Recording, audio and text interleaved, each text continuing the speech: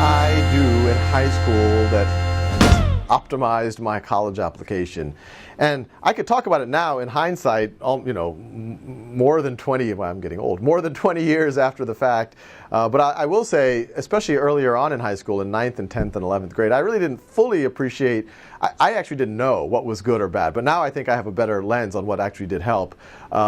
Even entering high school, I had a strong interest in math and science. And frankly, I was just curious in general. I just liked learning things. And so I was always eager to take the most challenging courses that my school had to offer. So I think that was really important. One, that prepares you for college, but it also shows admissions officers that you're up for stepping out of your comfort zone and stretching yourself.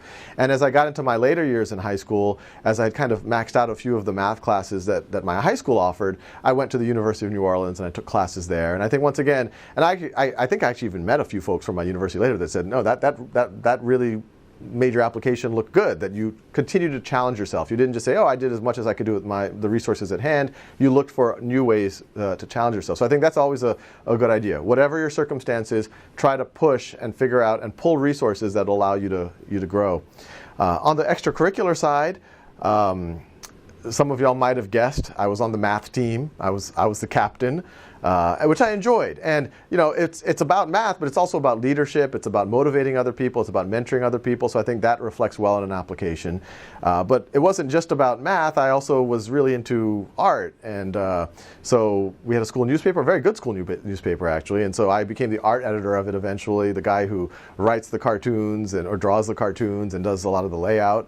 I didn't do that to get into college. I did that because I just really enjoyed it. It was one of the best experiences I had in high school. I learned a ton, but I think it did help my application. Other things I did extracurricularly, I ran for class president my junior year and lost. So that was just I guess a good experience. I didn't think it was a good experience when I lost. And actually, I don't know if that actually helped my application because I think I was too embarrassed to write that I lost. But in hindsight, I probably should have I could have probably written a pretty good essay about just what I learned from that experience. And then the last piece is on the standardized tests, which are clearly an important part of applying to college. I think what really helped me is I didn't wait until the last minute to take the SAT and the ACT. I left a little bit of room, so I took them once earlier in my career, before my senior year, and I got okay scores, but I felt that I could get better scores, and so I had room so I could take them again before the actual college applications were due. And in both the cases of the SAT and the ACT, I did much better the second time. So I think it was really important that I left that flexibility open.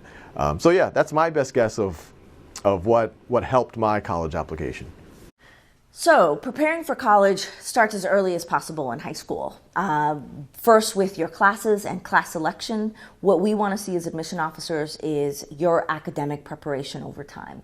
That you have challenged yourself within your academic environment, within your high school environment. And that's going to vary from school to school, but that you've managed to somehow take advantage of the challenging opportunities that exist at your high school in terms of classes, really focusing mostly on the academic core.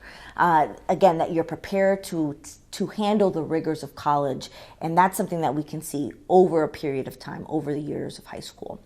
The other piece that we also are focusing on not only is how well do you function and perform in a classroom setting, but also what you do outside of the classroom. Your extracurricular involvement is just as important because for all of these college campuses, we are residential communities. We are active playgrounds for our students to pursue their interests and their passions, whether that be in the arts or research or athletics or student government or community service. Just an example, although there's a multitude of ways that you can get involved. And so what we want to see is that students not only have the classroom component and the academic preparation, but also have interests and hobbies and passions that are outside of the classroom experience. Again, whatever those things may be. We're looking for commitment there. We're looking for depth in those areas. And then finally, the other piece that I think makes students probably most nervous is this idea of standardized tests. And I honestly say that colleges do not use standardized tests in a vacuum, meaning we don't look at standardized tests alone to inform our decisions. They really are used in conjunction with your academic record to corroborate what we're already seeing in your performance over a period of time.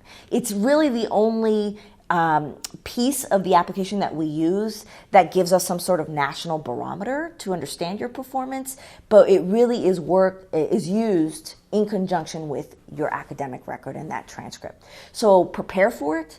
Definitely try and take a couple prep, at-home prep exams, or get those guidebooks that you can see all over bookstores and online.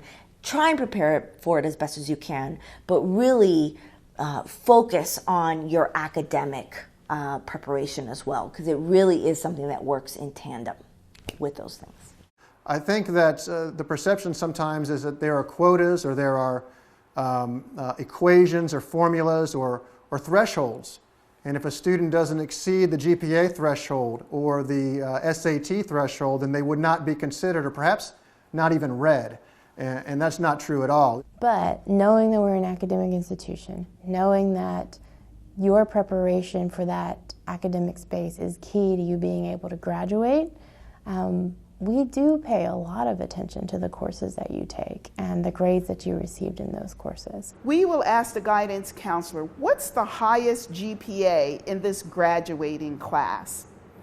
And when they give us that highest GPA in that particular graduating class, that helps us to set the bar in terms of how we evaluate your grades. So your high school may have minimum requirements. You have to take 4 years of English, 2 years of history, maybe 2 years of lab science, and so forth. That's great, but the more selective college you want to look at, the more they want you to push beyond the minimum and really push yourself and take challenging courses. So taking 4 years of English, great, probably everybody has to do that, but maybe 4 years of a language, 4 years of science, 4 years of history, and so forth. So going beyond the minimum for those more selective schools, that's what's really going to show them you're preparing yourself, and it's going to help you be really prepared to handle the work at a competitive college. So for example, at Virginia, students would need to take 4 years of English, 4 years of math, 3 years of science, 2 years of foreign language, and on and on. Yet when we review applications, often they have 3, if not 4, of everything. Now I will say that it's not necessarily an individual discipline or course that we're fixated on. If a student's going into engineering, then yes, we're looking closely at physics, we're looking closely at calculus, these sorts of things. But if a student is a linguist, I'm not necessarily as concerned that he or she did not have calculus. Likewise, if a student is a hardcore engineer, the fact that he or she has 2 years of Latin and that's it for foreign language isn't as concerning to us. So it's all relative and dependent upon the school or program that they're entering at the university. And I really want to reassure students that if your high school doesn't offer a certain set of courses, we would never expect that you have taken them. So if your high school doesn't offer AP Calculus, obviously you're not going to be disadvantaged if we don't see that on your transcript. The question we're asking ourselves is, have you taken advantage of the best that your high school can offer? And if you have done that, then you're competitive in the process. Now, we're not saying take every advanced course available at your high school. You need to find that balance for yourself. But we do want to make sure that you are comfortable with challenging yourself every step of the way. So beyond just GPA, beyond just rank in class, what we really are more concerned with is your journey over time, how you got there. So when we look at that transcript, what we really do is take it apart year by year and course by course. We focus on the academic core primarily, math, science, English, history, world languages, and really try and get a sense of how well you performed in those classes, the level of rigor that you took among those classes, and again, trends over time. Upward trends are really great. If you were even keel, given that you were possibly strong to begin with, is usually a pretty good starting period as well. So we're really, again, looking for that academic trajectory over a period of time. And that's where we tend to focus most of our energy. So in high school, I had just moved from a different country, and I came in straight when I was a 10th grader, and I had none of the college prep that every other student in my high school had, and my high school was very focused on college prep. So I was a very new, and I had to figure it all out on my own. And I remember things that really helped me later on in college was the difficult classes I took in high school. At the time, I felt like I was not doing well in them. They were super challenging, and those included my classes like AP United States History. I'll never forget how hard that class was, but it was actually the class that prepared me most for college, because every single day we had to read so much and write so much and do these quizzes, and that was exactly what college was like. So I always wrote back to my teacher saying, thank you for challenging me in AP class like that, because it really, really just set me up for success later on. So while I was traveling in the fall, I realized that not everyone really understood what they should be talking about when they tell us about what they do after class. And that's the phrase I use. What do you do when you go home from school? So for some students, that might mean significant family responsibilities. If both of your parents are working and you're picking up your brothers and sisters from school and tutoring them on their homework, please let us know that, because we won't expect you to be doing, all of the same things that someone who doesn't have those expectations, placed on them are doing. So I always suggest to students to really give us more when it comes to extracurriculars. Everything outside of the classroom is really what extracurricular means. Leadership positions are great because they show commitment, but we want to make sure that students are doing things that are meaningful to them, that they're spending time doing them, and they're doing them well, whatever it may be. If you're spending your time by, learning how to build Formula One racing cars, because that's what you want to do, and there's no club for that at school, we still need to know that that's what you spend all your time doing, especially if it's something that you're accomplished in. What we also want to understand is how the student has really made an impact in their school community or greater community through the different interests and passions that they have. So admission is also going to look at your summers and what have you done in your summers. 9th grade summer, probably not the most important summer they're going to look at, but certainly 10th grade, 11th grade summers, they're going to start to take a look at what are you doing in that time frame. That doesn't mean you have to go and spend a lot of money on a program to look impressive to a college. My advice to you would be, think about something that you want to do in the summer that could really be exciting to you. That may be having a summer job, learning how to manage your own money. It may be there's an academic, program that you want to take online or at a local college that could really be exciting. You've always wanted to try, architecture, and there's an opportunity to try that because there's no chance to do it in high school. It doesn't have to be something fancy. It has to be something that's really exciting to you. Ultimately, what we want to see is depth, what we want to see is commitment, and what we want to see is leadership in some of these different activities. When we're looking at the extracurriculars that you are involved in, it's important that you're giving us accurate descriptions of what they are. So while you may know what it means to be leader of the organization for protecting animals, we would like to know a little bit more about the specifics. What does that mean? What have you done? How many hours do you spend on that? So make sure to tell us in detail what those extracurriculars actually look like in your day-to-day life. One of the biggest extracurriculars for me was football. Football definitely challenged me in different ways, but definitely helped me make a lot of relationships that I'll cherish for the rest of my life. Football challenged me in a couple ways simply because I was a backup quarterback for 3 years, and for a lot of people it's daunting to not be on the playing field and seeing your teammates out there fighting for you and you're just being there on the sideline. So what I learned from that was when there's a door that's closed, you just got to open another one. And through that, I learned that leadership doesn't have to be a name. You don't have to be Mr. This. It comes from within. Leadership comes from passion. And through that, I was able to lead my teammates on the sideline. I was a leader in practice on the scout team. And by the end of my senior year, I won a Journeyman of the Year award, which is given to the player on the team who best illuminated the leadership qualities of a leader, regardless of playing time. And through that, I was able to write another college essay in mine that definitely helped me get into a couple colleges because it really showed a different aspect of leadership that not a lot of people thought about. And through that, I got a college essay, and it was a good life lesson. It's good to know that you don't have to be the boss, you know? So even though I didn't participate in many of the traditional extracurricular activities, I did play a large part in my family. My nephews lived with us while I was in high school, and I watched them a lot.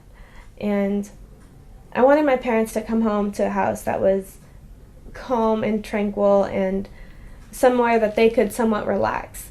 And I didn't want them to be doing all of the work just because my parents worked 5 days. Well, my mom worked 5 days a week. My dad worked 6 days a week, and they deserved a break. And it was important for me to be able to help them. So I realized that when I was doing the college application process that this was considered an extracurricular because it's something that has shaped me and my experience. So I was able to put that on my college application process, not only in the extracurriculars, but I also wrote about it in my personal statement. And that was an experience that was unique to me, an experience that not everyone had, and I was hopefully able to stand out to my admissions officer. In high school, I knew that I was supposed to get involved with clubs, but I wasn't really interested in any of the options. I think I was choosing between the cheese club and social committee, and frankly, none of those things were things that I was passionate about. So I decided I should just create opportunities for myself, and I should just look for places where I could do things that I wanted to do. And so when my high school was moving campuses, I realized, oh, this is something I can do. I can help coordinate a move. I can organize movers. I can move furniture. So I went to the director of my school and said, can I help you move this school? And she said, sure. So I invited like 20 of my friends, and we organized the move. And that was an opportunity that I'd created for myself and that I later put on my college application. So I never looked at extracurriculars as a way to get into college, because that was not my purpose of doing them at all. I actually didn't like when people said, oh, you should do a lot to get into college. I always looked at it as like, what did I like to do? What do I love to do? And I'm going to do it to the best. And that's how I always looked at extracurriculars. So I got involved in so many things because of that, not to get into college. I was in journalism. I loved it. We would have production days till like late at night, write articles. I was in theater. And that was just so much fun. I also did a lot of community service with my church and my friends, and that was a really, really great opportunity to be out there doing public service. And all of those really transferred over to what I did later on. Community service ended up running my entire career, both in college and beyond. Drama served me both in college as I did drama, and also in extra summer camps when I did during the school year.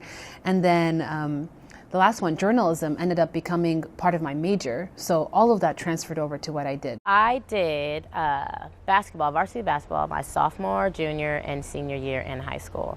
And that was really fun for me because I was captain junior and senior year, and I got to work with a bunch of girls who are from different backgrounds that come together and be collaborative just to reach one goal. And we were really good in high school. And so when I got to college, I didn't want to be on the actual team, which they call the varsity team. I wanted to be on the club team. So it's less of a time commitment, but still a time commitment. So the club team, we typically travel. We play tournaments at different schools. I've been to Georgia, Delaware, Virginia. And we are not as good as like my high school team was. And so I'm still a captain on that team. So I'm dealing with different types of challenges. But it's still fun to work with a different group of girls that are trying to win.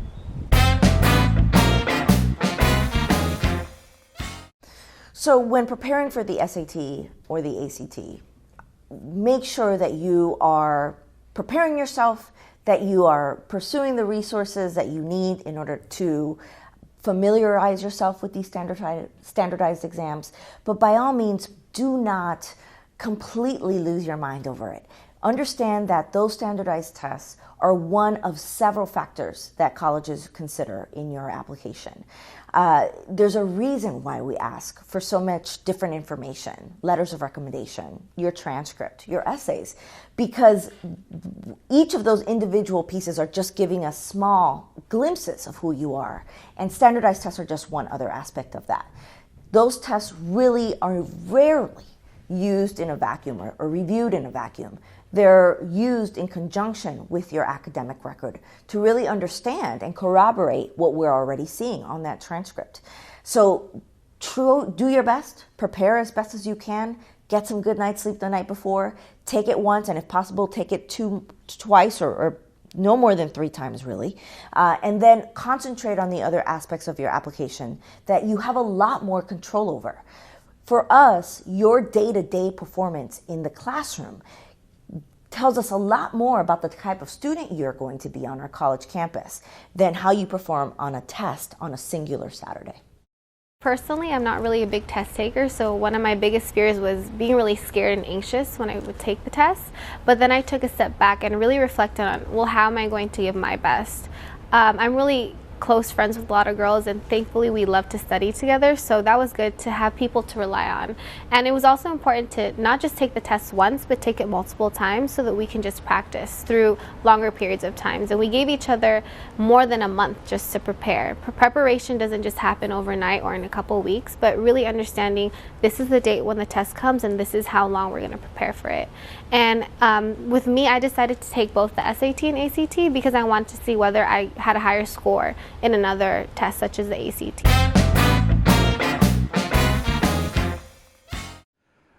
When I was 7 years old, I saw my uncle doing his homework. He was a student at the University of New Orleans studying to be an engineer, and I asked him what this homework was. He said it was calculus.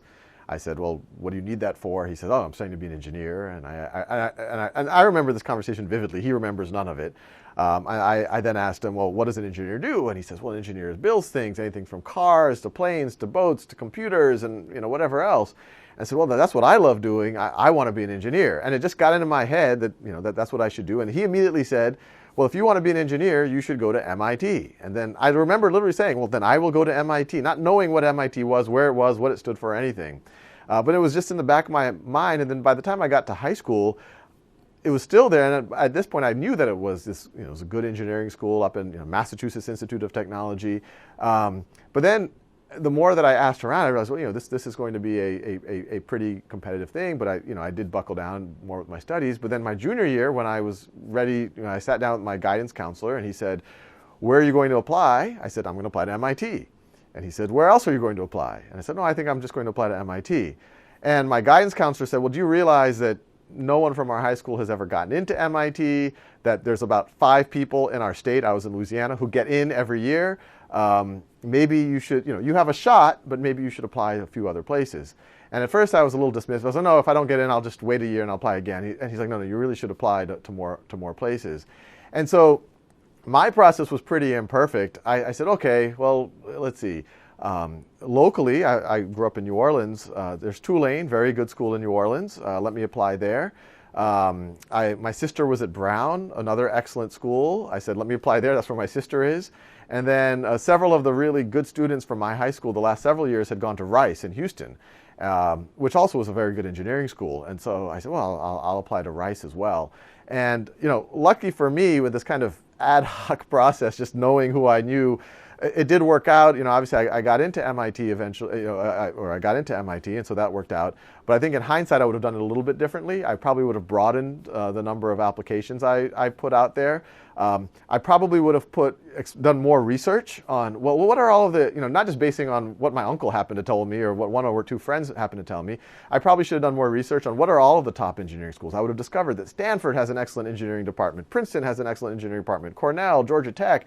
I could go on and on and on. So it would probably make sense for me to apply to more schools and also to have more kind of diversity in terms of how hard it might have been to get into the different schools. So, if I was redoing it today, I probably would have applied to maybe at least 7 or 8 schools, especially because you've gotten even more competitive now. But yeah, that's how I had thought about it at the time.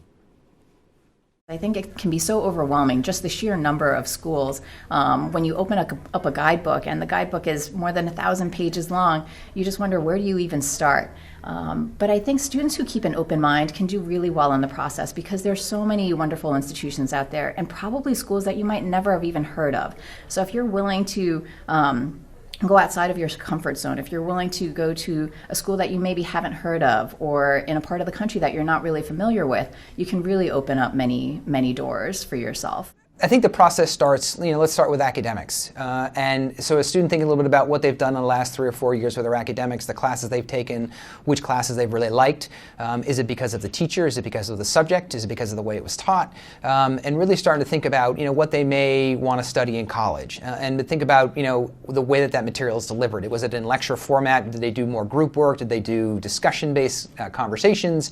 And really thinking about what are the ways that they learn best, right? Ultimately for me, when I'm talking with students, especially low-income students that are, looking at this process with sort of, not a lot of help in the process, really thinking about how to put yourself in a position to be really successful in college. So thinking through those sorts of things, thinking through a little bit about community. Right? So what kind of community are you going to be in? Who's in that community? Where are they from? Are they all from the local area? Are they from a national pool and an international pool? If you're an underrepresented student, an international student, those sorts of things, is there a population on that campus? If that's important to you, you can look at those sorts of factors. Extracurricular activities, the things that you're doing now in high school are the things you want to continue to do. So maybe you're a flute player and you want to continue to play in college, although you think you may want to be a biology major. Or is there a school where you can still be in the band and the symphony, but be a biology major?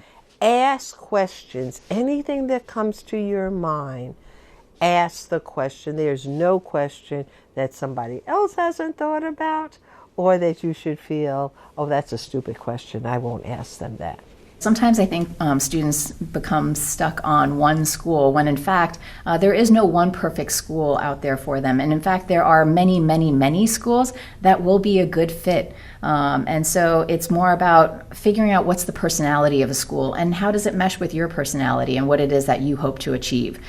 Keeping that open mind so that you will have many options and you'll ultimately end up at a place where you'll be really excited to be and where you will be able to have incredible experiences that will really broaden your perspective.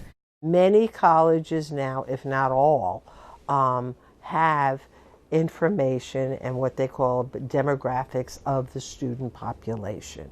And that's important for you to look at because that's one of the kind of scary transitioning to college is, gee, everybody is different from me. And that can be frightening. And you need that support of other students who share your background. So that becomes, and you also want to know, as much as you can find out, is how much the university or the college is putting resources into supporting students from different backgrounds. Okay, so look into that. Find out if there's a diversity officer. Find out if there are other academic resources there for that. Find out how do they recruit students from different backgrounds. That all will give you indicators of how serious and committed the college is about supporting students from different backgrounds, and that becomes very, very important. You want to succeed when you go to college, and one thing that will help you succeed is being in an environment that supports you, who you are, and your background. So another area you're going to definitely want to think about as you're researching college is sort of campus activities. And again, this process starts with you thinking a little bit about what you've done in high school, both in school and out of school, and do you want to continue those things at the college level? So you creating a list of, hey, I want to still be able to play an instrument, I want to be able to be involved in clubs and groups I'm in, and then being able to research the school, say, do they have those clubs and groups, and to what extent are they there? Or if they're not there, can I create them at that school? So again, it's part of the research you want to do. It's part of seeing, does that school have those sorts of things that I want to do outside of the classroom to really complement my college experience? So you definitely want to spend some time focusing on sort of campus activities. And those things may be very broad. It may be I really want to have a Division I athletic program because I like the energy that creates. To I really want to make sure that I can play an instrument but still be a biology major. So again, be specific, ask specific questions so you can really make sure that the school you're going to allows you to do the activities you want to do. I think it's important to have a sense of what it is you want to study in college and that you have a sense of the major that you wish to declare. But it shouldn't be the driving force for which university that you choose. Fit is an important thing. You want to make sure that you're at an institution that is a really strong fit, that really inspires you and that you really feel comfortable living for the next 4 years. because that's really going to be a real beacon of and a measure of how successful you're going to be, because you want to be comfortable.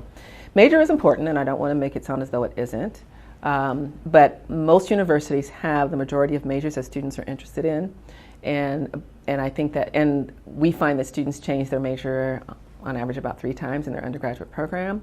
So it is something that students should approach with an open mind. Major is important, but I don't think it should be the top of the list. It should not be necessarily the driving factor, for which university you're going to choose. The financial aid process was a long, arduous one for me to learn about.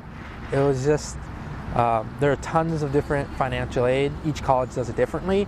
And so sometimes you might have to learn about how one school does it and how another's. There's a lot of similarities a lot of times, so they can transfer, but you always have to be specific with any college that you look into. So what I learned is that some colleges give you 100% or 100% of financial aid, of tuition and board and that sort of thing. And so when I learned of that, and I learned that you have to, your parents can't make above a certain threshold for you to qualify for these sort of financial aid, I looked into what the thresholds were for some of the schools I was interested in, and figured out which ones offered that sort of package. And I definitely keyed in on those and sort of emphasized those in my application process, worked harder on those a little bit, and it's a learning process. Each college is different in some ways, so I would just, one of the things I did is I contacted a financial aid officer at the school to learn a little bit more about the process, and so that's how I worked it out. Well, I'm a very independent person. My mom raised me that way. It was me, my mom, my little brother forever, and so I was used to taking care of other people. So I wanted to go somewhere where I didn't have to take care of other people or feel obligated to do so because I'm so far away. So that's a good thing, because I could just worry about myself, and I had so much freedom to work with that it was just amazing because I was so far away. But I do tend to miss my family, and there was a couple times when my mom had some accidents, so she may have ended up in the hospital, and those things are really hard for me because I'm so family orientated, and so not being able to reach out, not being able to help my brother with that math class, it's kind of hard to see my family struggle a little bit without me being there. But I know that, and my mom always encourages me, that I'm making the right decision and bettering myself, being far away for 4 years and then deciding what I want to do afterwards. So it's hard, but then again, it's not as hard as I thought it would be initially. A very important factor to me when I was applying to colleges was the financial aid that I would be receiving. So some of the private schools I was applying to offered full coverage, and I knew I definitely needed that one. So that was the most important one for me. Another thing would be an engineering program. I knew I was interested in engineering ever since the freshman year of high school, and so if I could combine it with biology, which is my other favorite thing, that would have been awesome. So I was ultimately looking for a bioengineering program. Another thing, super important, weather. I absolutely despise cold weather, so it had to be warm where I ended up. The last thing would be a really nice campus. I was looking for a beautiful campus. Definitely a lot of factors you have to take into consideration. I personally wanted a smaller school, mainly because I like that one-on-one connection with the professor where they know you by your first name. And definitely the campus, what they're known for. If you want to major in engineering, you might want to look for a school that has good programs in that field. And lastly, my mentor told me if you're not getting rejected from your colleges that you apply to, you're not pushing yourself far enough. And that kind of just encouraged me to go from the school that I knew I would get into. From, say, I have a group of 5 schools that I know I'm going to get into, probably just apply to 3 of those and then kind of go for 2 reaches. One thing that helped me decide on which colleges to explore was I visited different types of schools, public, private, and religious, and I saw how the students interacted, just the diversity and the size of the school, the curriculum. I asked about the curriculum when I visited, because that was a big factor for me. I didn't want to go to too easy of a school, and I wanted to know if I was heading into a challenge. So when I took that in, I just really was looking for a diverse, somewhat smaller school. And then what really helped was the financial aid package. That's always a helpful deciding factor, is financial aid.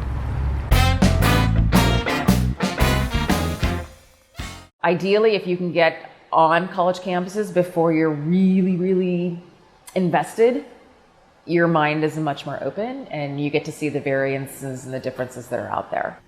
So another opportunity that you may or may not be aware of is a lot of schools now have programs that can assist students who don't have the finances to get to the school. So a lot of schools now are doing fly-in programs either in the fall before you even have applied, or once you've applied and been admitted, they also may pay for you to come and visit then. So it's, again, always worth asking questions. If you really want to visit a school, it's always worth calling that school and saying, hey, look, I'm a low-income student. Do you have any programs where I might be able to come and visit?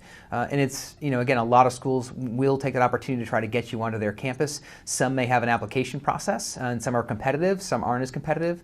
But again, it's definitely worth looking into. So not all students get a chance to visit, but it's always worth asking questions to see if there are opportunities where the school may be able to help you do that so you can make some good decisions. Start visiting colleges just in your neighborhood, just so that you get a sense of the difference between a small school and a large school, and a school that's an urban campus and that's a rural campus. So looking for as many diversity variables will begin to give you a sense of what you like and where you think you're going to learn best. Most students will say that a campus visit is one of the most important things they're going to do in helping them determine if the school is going to be a good match for them. But things you can do, typically on the website, you can see most schools will offer daily information sessions and tours. I think that's probably a good starting point for a lot of students. Some of them you have to sign up ahead of time. Some of you can just come to the campus and do that. And again, it's a good general starting point. There are some schools that will offer interviews. Some of them might be evaluative. Some of them might just be informational. And again, you can decide, is that a step you want to take? But doing interviews can be an important part for you to get feedback from a college admissions person about specific questions you have. But I would also definitely get off the beaten path this as well. So if you have time, you may also want to be able to schedule some other kinds of things while you're there. So if you're really interested in the theater, you might be able to schedule an opportunity to talk with somebody in the theater department and what the opportunities might be. You might want to just spend some time in the student center and sort of ask questions from some random students there who aren't part of the admissions office, just to get their take on different kinds of things. You might have an opportunity to sit in a class. So if you're there during the school year, you might be able to schedule it where a lot of schools will let you sit in on classes so you can get a take on that. So if you're interested in, I think I might want a big school, what is it like to be in a lecture hall of 300 students, you might get a chance to do that. Find out what the class size is, okay? Ask yourself, do I like being at a big college where a lot of students, or does a smaller environment work for me best? What do the dormitories look like? What are some of the classes that you'll be taking during your first year? What are the resources? For example, do they have, if I have problems, let's say, with writing and my writing assignments, do they have tutorials on that?